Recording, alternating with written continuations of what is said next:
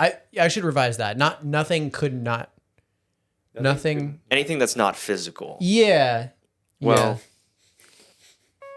let's start the show. I think we should start the show. Is this therapy? Yeah, I think this is great.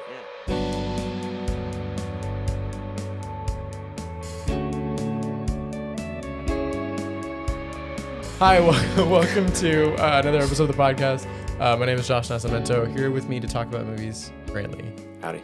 You're wearing a Shohei Ohtani jersey today. I am wearing a Shohei Ohtani jersey today. That must have been like 100 plus. Be real with me. For legal purposes, yeah, it was definitely over $100 purchased through the MLB store. Yeah, 100%. 100%. How much of that went to his accountant? That's crazy. That's wild. Or no, interpreter. Translator. Yeah, interpreter. Yeah. I don't know, but I heard he won big with it. So I mean, does it really matter? No, it doesn't. Gave whatever went to him back to Shohei or whoever distributed this jersey. Good to know. The jersey that you definitely allegedly the MLB. Okay. Yeah. Can I get your allegedly MLB plug as well for that jersey? Because it's a nice jersey. Yeah. I mean, it's just you just go to the stadium. Okay. And then just buy it there. But I got you. Yeah, Appreciate it. No so what are we talking about today, guys? What are we talking about? Today we were talking about most underrated blockbusters. This was Grant's idea actually, because we wanted to talk about most underrated movies, but as you were saying, it's too many.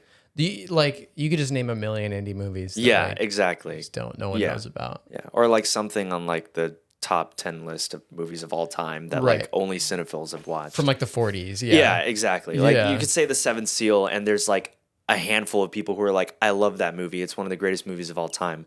And everyone else is like, oh, is that like some kind of like crazy like blockbuster movie that came out like a couple of summers ago or something? And it's like, no, it's this Swedish movie that was made in 1950. Like I don't.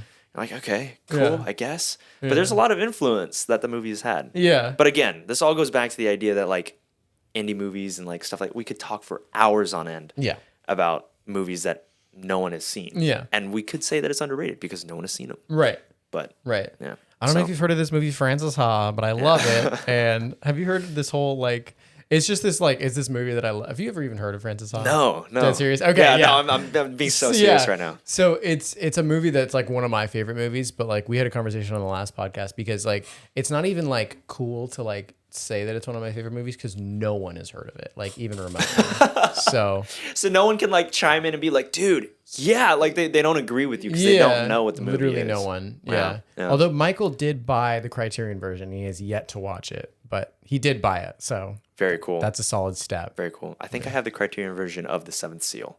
So that's another thing. It was number 11, I think, and it popped up to like 7 or something like that. Ironic, actually. Don't quote me on this. Yeah. But yeah, it was up there, dude. I think you just proved your pedigree to be on this podcast. That you have the Criterion version of The Seventh Seal. Yeah, it's in there somewhere. Yeah. It's like on the shelf, you know? Yeah. Yeah. There's like other Criterion versions somewhere lying around our house. Okay. Like my dad used to collect them too, and he's like, oh, you should watch this, have this. And it's, so they're all around. Yeah. But yeah. Anyway, blockbuster movies. So we have a little list here, and we're going to start off with Hot Fuzz, which was your suggestion. Dude, yes. Yeah. Okay. Edgar Wright, I feel like has kind of made a name. I honestly think that, well, obviously with Scott Pilgrim and everything, like, it resurfaced. Driver. I feel like it resurfaced Hot Fuzz because of sorry, Scott Pilgrim and just Edgar Wright's films in general. Yeah, a lot of them resurfaced because of Baby Driver, right? Where like Scott Pilgrim, people watched it, it was really good. A lot of people talked about it, kind of died down a little bit, and I think Talia said that like it was one of her favorite movies of all time. My sister, right? yeah. So, but then Baby Driver kind of took the world by storm, and everyone's like, oh, and then they kind of watched other Edgar Wright movies. But there's like a strike contrast to Baby Driver and the rest of his films in the sense that like the topics weren't as like, because like Baby Driver was a very like summer action movie, get people in to watch the movie. And there were hints of his directing with like the sound design and camera movements and stuff, but the style is still there. I feel like 100%, but it's not like full like Scott Pilgrim. Exactly. So with Hot Fuzz, it's so funny. Like I can't emphasize it enough that it is strictly. It almost feels like it's like all visual comedy because like the dialogue is funny, but a lot of it depends on the visuals. Have you seen that Every Frame of Painting video? Is that what you're talking about? I think that's what that might be that's like the guy that was like, oh yeah, like, you know, like what's the difference between like the whole like comedy movies now where it's just like it that's feels the one. Yeah, okay, Yeah. all right. What was the channel name again? Every Frame of Painting. Yeah. So that I think like perfectly described how I felt watching that movie because I was like, it's so funny, but I can't explain why it's so funny. Like, you just have to watch it. Yeah. And I think I have a huge appreciation of how the camera kind of can also tell funny stories, jokes, right? Yeah, a lot of sitcoms do that really well, but like, I think within that video, something really specific that was very underappreciated is like how Nicholas moved from like London to the countryside. Yep. And like how all of that was told through like quick cuts and stuff, you know? Yeah. Where like every other movie is just like, oh, we'll do like a flyby. Yeah. And like I didn't Drone notice shot. that until after I watched Hot Fuzz. And like you're watching these movies and you're just like it's like drone shots. And you're like, come on, dude. yeah. Like this is all stock footage. Yeah. Like we know that you didn't pull this out from your helicopter in your own drone, you know? So but yeah, so I feel like that's what really kind of drove that movie for me, where I was like, this is hilarious because the cuts, the sound design, again, like Edgar Wright does really well with like all the sounds. Yeah. And the dialogue too, like the timing of things. The dialogue is also so, really strong. So funny. Yeah. What was the character's name? The old man that had like all the guns. Reverend Shooter or something like that? Something like that. No. I'm thinking of the guy who's in Harry Potter. Is that the guy you're talking about? Yeah. Mr. Finch. Yeah. Finch, right? Filch. Yeah. So he, like his whole like the back and forth with the translating, where like his accent was so heavy, it was so funny. Yeah. It was great. So many swan. Yeah. Like the whole bit with the swan. Yeah, it was so good. Yeah. He's like, I trust that you have a permit for this. And it's like, I got one. He does for this one. What do you mean this one? And then like it transitions into the armory. Yeah. And like, oh my gosh. A million guns. Yeah. Yeah. So it was good. And like, just as a movie in general, with the plot twists and everything, it was great. It's like a really solid movie. Yeah, the story was really solid. And again, like I think it just it didn't make as much of an impact as like other Edgar Wright movies, you know? So yeah. Hot Fuzz. Hot Fuzz, that's the first one. Really the second one we also have on our list, which I don't think I've ever seen in its entirety, Treasure Planet, which you suggested. No, Michael's mad. Michael was excited about that. I'm like, that's. I mean, to solid pick. To call it a blockbuster when it's famously one of the like worst like, marketed Disney movies, and like definitely took off, I guess, with home video and stuff. Yes, yeah. Infamously underrated for sure. Underrated 1000%, dude. I don't know how someone can come up with these kinds of ideas. Like, like a lot of Treasure Island, right? Though. Yeah, exactly. Sort of. But yeah, it's sort space, of. you know, like but they did it in such a way where like you could have had like spaceships and stuff like that, or like super futuristic design, but they stayed true to the idea of a sailor. So all of their ships are like boats in space, and fire. like the kid is riding on like a kite surf. Like but like it's in space. It would be a surfing reference. Yeah, you. exactly. No, it would be. Yeah. But yeah, like it's just I don't know. I feel like even though that's one of those movies where it takes a non-original idea and makes it really, really well. You know, where we have so many like either remakes, like it's pulling from either nostalgia or all these ideas already exist and it's not done well. Yeah. But Treasure Planet, man, like I was talking to Albert Roldan's mutual friend of all of ours. Probably like going to be in the podcast eventually. Probably 100%. He might bring up Treasure Planet too, because we were on a Discord call playing Destiny like a few nights ago, and we were talking about these different movies, and he was like, "Dude, Treasure Planet." I was like, "Yes." Yeah. Oh my gosh, I can't believe you're actually bringing this up. And he was like, "You're right, Grant. I will stay up until 4 a.m. watching that movie." And dude. I actually, now that we're talking about it, I want to go back home and rewatch Treasure Planet because it was so good. Yeah. And the first I heard about it was with the home video stuff. Like I had other Disney movies that were promoting Treasure Planet. Yeah, now on Disney DVD, one of those. Yeah, exactly. Yeah. So yeah, Treasure Planet, man, it's so good because I read Treasure Island as a little kid, like in elementary school, and then to see that turned into a completely new idea. Yeah. In a way, right? Not completely new, but like new enough where the adaptation of it was perfect. It was awesome. So yeah, I feel like the character design, the artwork, it was so good, dude. Like I'm just reminiscing on that. It's like, I used to make like little Legos of like the kite surfing and like it was.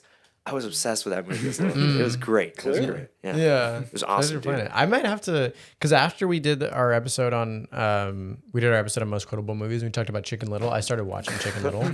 So I might watch Treasure Planet now. Yeah.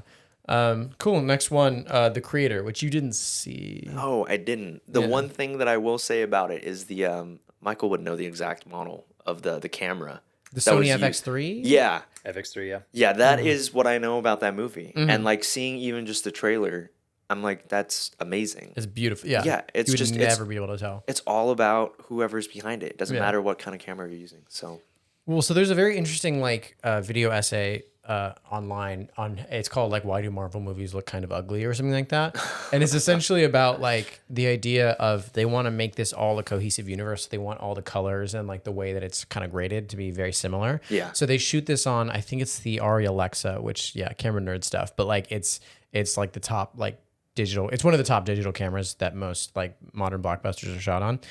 And that the purpose of that camera is to get as much information as possible. So everything looks kind of gray when it comes out, but then you're supposed to then color grade it to like specific to like look like film or look like this or that or whatever. And like Marvel, their movies don't really do that as much. It's just a lot of keeping it very gray. Yeah. So, I don't know what I was even talking about, but I think the idea is that cameras. Yeah. I think the idea is that like the camera to a certain extent doesn't really matter. It's how you light things and how you shoot things and how you color grade them. Yeah. Anyway, editing, film. Editing is huge. Yeah. And is that it on The Creator? Just the camera. Just the philosophy. The actual movie is really good though. Like I have yet to see it, but I mean, I would love to hear like what made it so good from the two people that have. Yeah. So it's basically about this guy and like there's the AI has like essentially created their own, like they sort of coexist with humans, but then like humans like started a war with them and like AI like dropped a nuke on them. And so like the humans like AI is all hiding out in this place called New Asia is like the idea. It's like all one kind of nation. And so New Asia and America are like at war with each other. Got it. And so like John David Washington has to like, he has a package that he has to like get and bring back to America. But like the package is like this AI child. And so it's like about that, and they sort of like started to bond, and like he has all like other ulterior motives maybe, and it's a really, really good movie. Wow. Yeah. All right. Yeah. Solid. Anyway, The Creator. The next one, and I haven't seen this one, but it's gonna be. I feel like we've all seen about a quarter of this. That's fair enough. You know what? We're making through the list. We have at least one person being able to talk about it. You know, like that's all you need to know. Man from U.N.C.L.E. You wanted to talk about? Oh, Michael's face was like, no. I'm so mad. I got the email last week that my Blu-ray, the Blu-ray that I had ordered because they were going to do like some special release, got canceled. They're just not doing it. No. Oh my god. That's just how underrated the movie is. Yeah. No. Literally. Yeah, dude. The Man from U.N.C.L.E. I saw that movie multiple times in the theater when it first came out because it was awesome. I just remember hearing it was very cool stylistically, like it was very neat. Yeah. It was awesome. It definitely was a Guy Ritchie film. Like you watch it, you're like, yeah, that was. You knew who was behind the camera. Yeah. But the story in and of itself was really, really cool. Obviously, again, it is a movie that is inspired by something else because The Man from U.N.C.L.E. was a TV show way back in the day. But at the same time, because none of us had really had exposure to it, it was easy to kind of go and watch something that none of us have really heard about. Yeah. And it was done really well, again.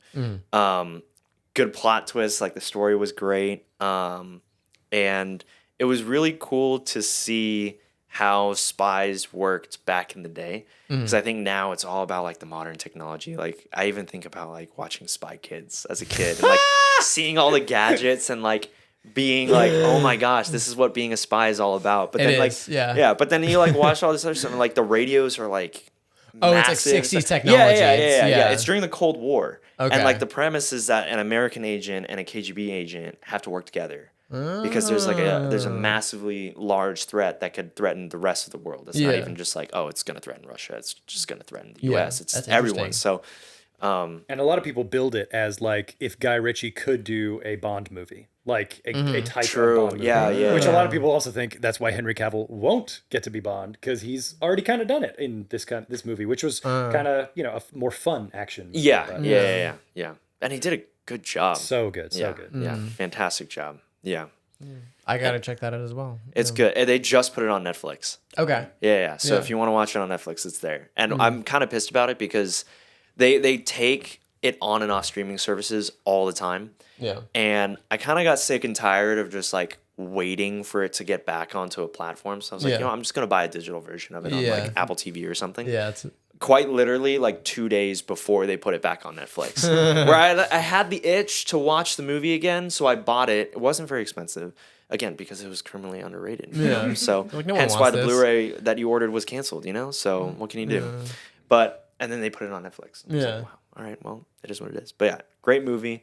I don't want to spoil it for you because it's really good. And I genuinely do think you should watch it. But even the music too. Like the beatboxing flute that was in the background is like, I can't remember that, but that was awesome. Like it was great. Beatboxing flute was awesome. Beatboxing flute. Like the guy was like he was playing the flute but also beatboxing at the same time. You ever seen that iCarly episode where you know what I'm talking about? Deep cut, I know, but like you know what I'm talking about. Judging by the way that you're laughing, you know exactly what I'm talking about. You watch highbrow film and Spy Kids and iCarly. It's all over the place. That's my taste. You gotta specifically Nickelodeon, but it is all over the place. Yeah. I just told you I watched Chicken Little, so I don't have a leg to stand on. No hate. Yeah. Chicken Little is a great movie. Flute and beatboxing. That sounds like it wouldn't work, but it works. I'm curious to hear it. It works. Yeah. Especially the scene that it was used for. Like it builds up a lot of tension. It's weird. Is the scene they're like, we need help defusing this bomb. Only flute and beatboxing can help. Is that the scene? Yeah, actually it is. There's a spider behind you. Okay. Okay, you could have killed it. No. Cool. I'm too dialed in on this podcast, man. That's I don't true, know. True. All right, on to the next one. Yeah. All right, cool. You missed your chance to become Spider-Man. I did. You never know. That could have been it. It's not. The spider's still alive, so it's not. It's not. He's already on their side. He didn't want to kill it. Yeah. He's already on their side. Okay. All right. Yeah. This is good. Yeah. Fair enough. Mission Impossible: Dead Reckoning. We have some thoughts about that one. Yeah. Oh man. I mean, I haven't seen it, so I have no. Okay. Tom Cruise is something else. Boy, is he. Like, dude is too old to be doing the things that he's doing, but like... And yet, he's doing them. Yeah. Like, any normal person would see a scene where, okay, your character is in a very, like, time crunch situation, needs to get on this train. How is he going to do it? Oh, all right, well... you could jump off a cliff and skydive onto the train. Great, cool. We got a great editing team. We'll throw some... No. No editing team. Yeah. What do you mean no editing team? So here's what I'm going to do. I'm going to get on a motorcycle. No, Tom, you just need to jump off the cliff. No. I'm going to get on a motorcycle. We're going to build a ramp. You can use CGI then, so it makes it look like rocks. Yeah. But I'm going to take this motorcycle. I'm going to jump off said cliff. Yeah. Skydive onto a train. We can use a green screen though, right? Is that part of? No. The tracking shot will we just got drones, helicopters. I'm gonna jump off this cliff, and like the stunts just keep getting crazier and crazier because the movies before that he was on the side of the. Which one was that? The Burj Khalifa. Yeah. No. That was Mission Impossible 4. He climbed up that, and also he was the cliff. It was the cliff that was the last one, right? The one before that, he was on a literal cliff, right? Yes, that too. Him and Henry Cavill were having like a fist fight on a cliff. Yeah, on the cliff. That one. There was another like crazy stunt in that specific. It was the Halo jump. The Halo jump. Yes, that was it. Which he just did at the Olympic closing ceremony. Yeah. Just to like do it was nothing. Yeah. Yeah, because he's Tom Cruise. You know? And I think the reason why it was underrated wasn't necessarily because like no one knew about it. It's just the clash of the two other movies. Just two very large movies, if you can think of them, that happened last year. If you can piece that together. Yeah, it was so unfortunate that it just kind of got lost in the mix. Yeah, rhymes with Schmarvenheimer. Yeah, if you can kind of put the two and two together. Yeah. But it's just, I don't know. I felt sad because I grew up watching all the Mission Impossible movies. Yeah. So having gone to the theater and watched it with my parents, like we were like, whoa, that was awesome. But then obviously everyone else is talking about Oppenheimer and Barbie. Yeah. Unfortunately. Yeah, that's one I've really wanted to get around to because I've heard it was quite good from like you and Reese and just everybody. Yeah, it was good. It was a great action movie. Like that's what it was. And Tom Cruise did a great job of making an action movie. And it felt like that. It was great. So speaking of great action movie, I actually have one that's a great action movie. Did anyone see Extraction 2? No one? Not 2, only the first one. Okay. That's with Hemsworth, right? Yeah. Yeah, no, I didn't. It was, the first one was like pretty solid, and I feel like that's what I heard from everybody. It was like pretty solid, and I saw the first one, and I thought it was like a 7. It was good. Yeah, but, the second one just like steps everything up. Like it was like incredible. Like there's a 20. It's obviously cheated to look like a oneer, so it's not an actual oneer, but there's a 20-minute long oneer in that movie, and it's like. It's not people talking. It's like a full, like there's a prison riot in the middle of it. There's like a fight on a train and like someone shoots a bazooka. It's the most insane thing you've ever seen. Dang. Yeah. All right. Yeah. And it was the emotional stakes were a lot higher for this one. Like it was actually like, you know, when you're watching an action movie and like they're like, this even happens with me sometimes with the Mission Impossible movies. Like I really like those movies, but then they'll try to get to like lore and like emotional stakes, and I'm like, let's wrap it up. Let's wrap it up. Yeah, no, I get it. Yeah. But the emotional stakes in this one are like actually really good. It's good. Yeah. Wow. All right. I gotta give that a try. Extraction 2. Extraction 2. Should I watch the first one? No. Really? No. Okay, I was about to say, it's one of those movies where you just don't watch the first one. You could probably get what was going on if you didn't watch the first one. But I would say the first one is decent, so like maybe watch it. Yeah. All right, cool. That's actually something that Tom Cruise like purposefully did for this past Mission Impossible, because he was like, the story is there, and if you've watched all the other movies, then like you'll understand it. But like also he made it like he specifically asked that it be written where like anyone can just go watch it and enjoy it, you know? I feel like those movies are kind of like that. Like you're like, you get it. He's like an agent guy. Yeah, it's in there, you know? Yeah. Until this most recent one with part 1. Yeah. Right. Yeah. So you have to go watch this one to understand part 2. Yeah. So I have this one, I don't know if you've heard of it. It's called Morbius. Have you heard of this one? It's like Jared Leto. He's like a vampire. This is guy. In the underrated movie category. Yeah. I really think it got a bad rap. I gotta admit. Yeah. You know, Jared Leto is a top tier actor, so I really think that Morbius it's one of the greatest Marvel movies of all time, in my opinion. I don't think people got it. No, it didn't. It's right up there with Endgame and Infinity War. Like if you really like. People are too distracted with the MCU that they just didn't understand and appreciate. People hate on the Sony Marvel movies a lot. And like this one just got no hate for like it got so much hate for no reason. For no reason. Yeah. I don't understand. Michael legitimately a while ago had his head in his hands. Like he was just like, he was not. This bit's going on long enough that I still don't know. Just to be clear, that's not one of them. That's not one of them. Yeah. No, not at all. Yeah. I do have it on Blu-ray though. Do you actually? No. No, absolutely not. Actually, Michael, that's why I'm trying to figure what holiday that works. Other than April Fool's, I can't think of a holiday. Yeah. That's actually why your Man from U.N.C.L.E. Blu-ray got canceled, was because they made too many Morbius ones. Yeah. So I bought all of them. You bought all, yeah. I bought all of them. Anyway, you're welcome. Tron Legacy. You want to talk about Tron Legacy? Yeah. Wait, are we actually? Is that like we added that onto the list? We're gonna talk about it, dude. Let's go. Okay. Yeah, Tron Legacy. It was okay. I don't know so much about it being like super underrated per se, because like I think now when we look back on it, like we can say that like it was a really good movie and all that stuff. Yeah, blah blah blah. But like when it first came out, it was catering a lot towards like the child audience by like selling the toys. you know, like you had the light cycles, you had the action figures, you had the discs, like all those things. And like Disneyland was milking the crap out of that movie. Like they'd have Tron nights and stuff like that where like, I didn't even know about this. Yeah, like people would come out in the Tron suits and like they were essentially playing like ultimate frisbee with each other.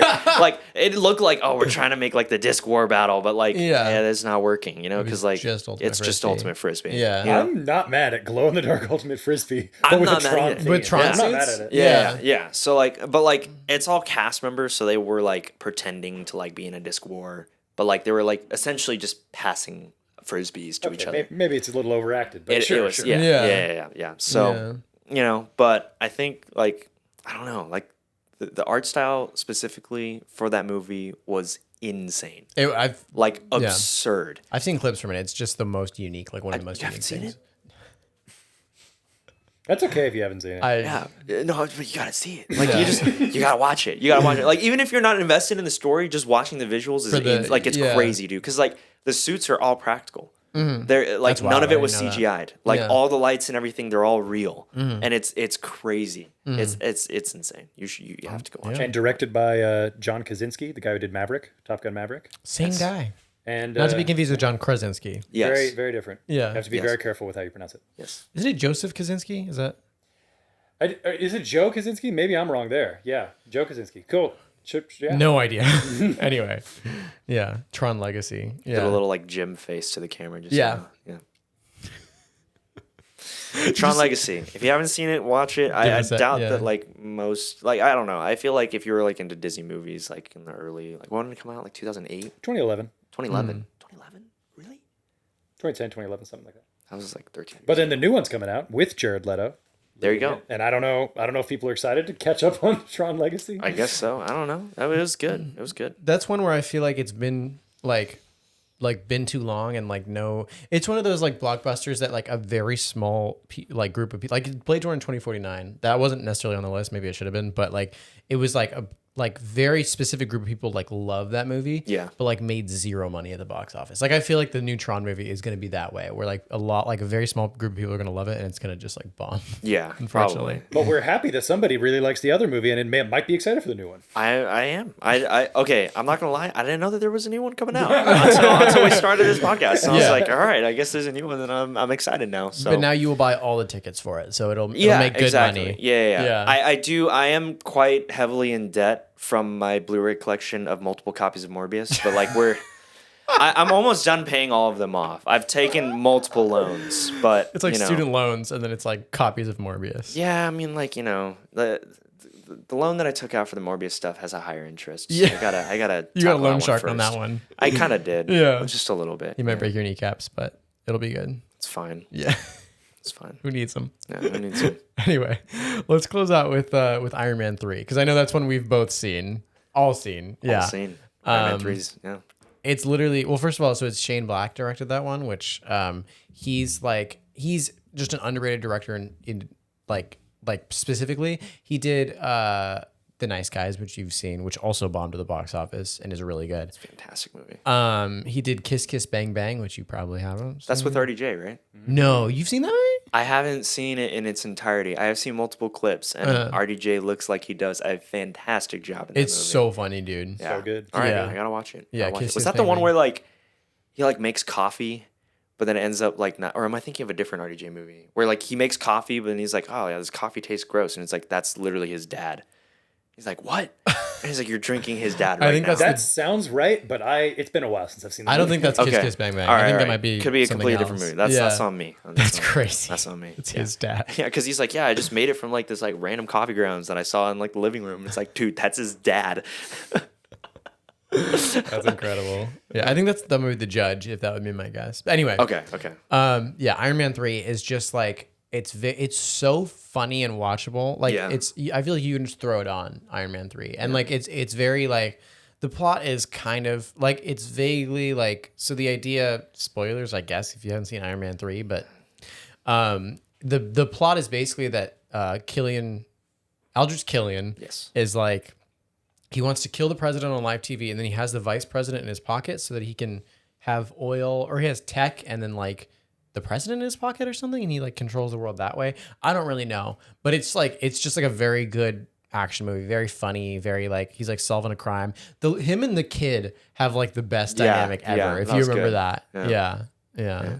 Anyway, Iron Man 3. Is there anything you wanted to say about it? I don't know. I just think like the topic of what Tony was battling in that movie was fantastic because it was him without his suit too.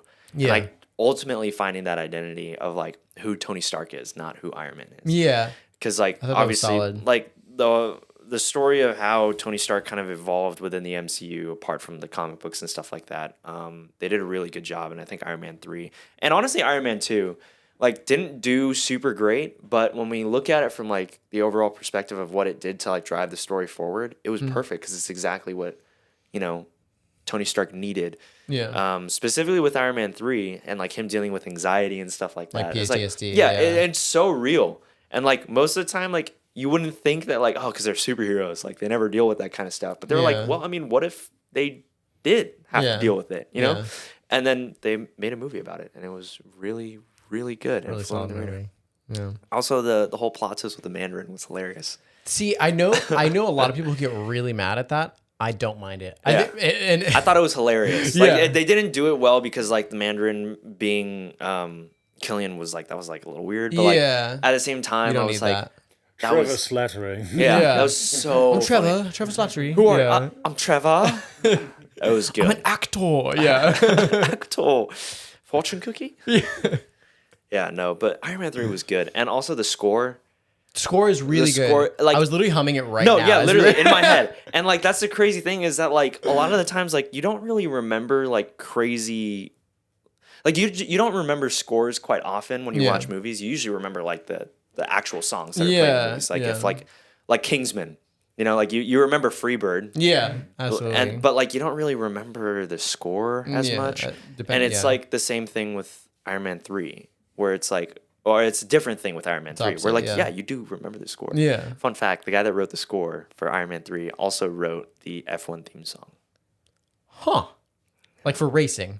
Random. Formula 1. Wow. Yeah. But you listen to the two of them like side by side, they kind of sound similar. Like I was like when I threw on a race and like I was listening and I was like, wait, that intro, like it kind of like eerily sounds kind of like the Iron Man 3 song. Soundtrack. But I was like, nah, like it's just I'm probably just imagining things. Yeah. And then like one day I was driving and you know I needed to get in the zone because I think I needed to speed somewhere. Like I was like going to an airport or something.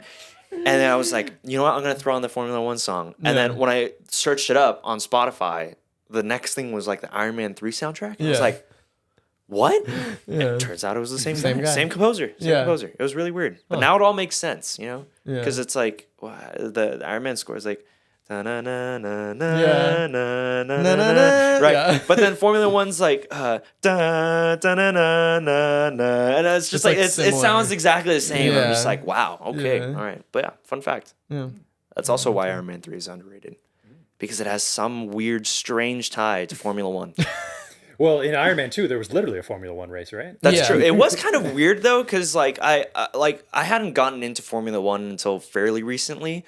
So like watching Iron Man 2 back for like and like seeing that scene, it's like everything about it is wrong. Like they got every aspect of that wrong. I was like, there's just all of it's wrong. There's a guy on the tracks with like electric whips. That's not accurate. That's not accurate at all. That doesn't happen. You'd think that would happen frequently in Formula 1, but it doesn't. At least sometimes. Sometimes, Like maybe on a boring track, they'll throw some guy in there, but the car is going so fast that like you might not even, you know, like you'll miss the guy with the electric whips, and the guy with the electric whips will also miss the cars because they're going too fast, you know?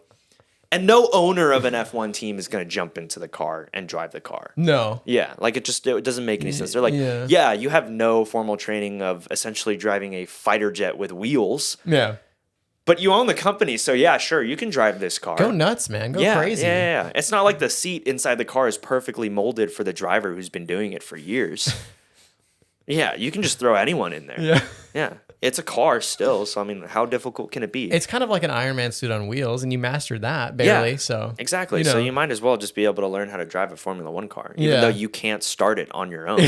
But like, it's kind of a miracle he didn't die just from driving that car, like let alone whiplash, just driving that car. Exactly. Yeah, exactly. But again, he knows how to pilot a not a Formula One car. He knows how to pilot an Iron Man suit. So how much more different can it really be? Yeah. One has a steering wheel, one doesn't. Yeah. That's pretty much the only difference, right? Both cost millions of dollars. Yeah. Both are incredibly irresponsible and dangerous. Not irresponsible if you know what you're doing. Yeah, exactly. Yeah. One makes millions, one essentially spends millions because you destroy the city that you're trying to save, but then, same deal. I don't know how much we talk about Iron Man 2 in this segment on Iron Man 3. Yeah. Take it back. Yeah, take it back. So why is Iron Man 3 underrated? Yeah, no, just really solid movie, really funny. It was. Yeah, he had some good action sequence. He had some killer one-liners. In that movie, for sure. I'm trying to think of, dude. Do you remember the bit where it's the kid and he's like, you hear that? We're done here. And then the kid's like, I feel cold, and he's like, you know why? Because we're connected. And then he just drives away. That one was really good. Like the comedic timing of like when he was trapped and he was like trying to get the suit. He's like 5, 4, 3. Yeah. And it just like, wouldn't come. Yeah. Oh, it was great. Yeah. Incredible. Anyway, I think that about wraps it up. But thanks for coming on, Grant, talking about underrated movies. Of course. Telling us about putting on some new game. I'm definitely gonna watch. What was the first one you gave me? Man from U.N.C.L.E. I think I'm gonna. Man from U.N.C.L.E. is really good. Yeah. It's relatively short too. So it's not too long of a time commitment. Cool. Be cool. Watch those movies. Yes. All right. Well, we'll see you in the next one. Thank you for watching. Give us a like.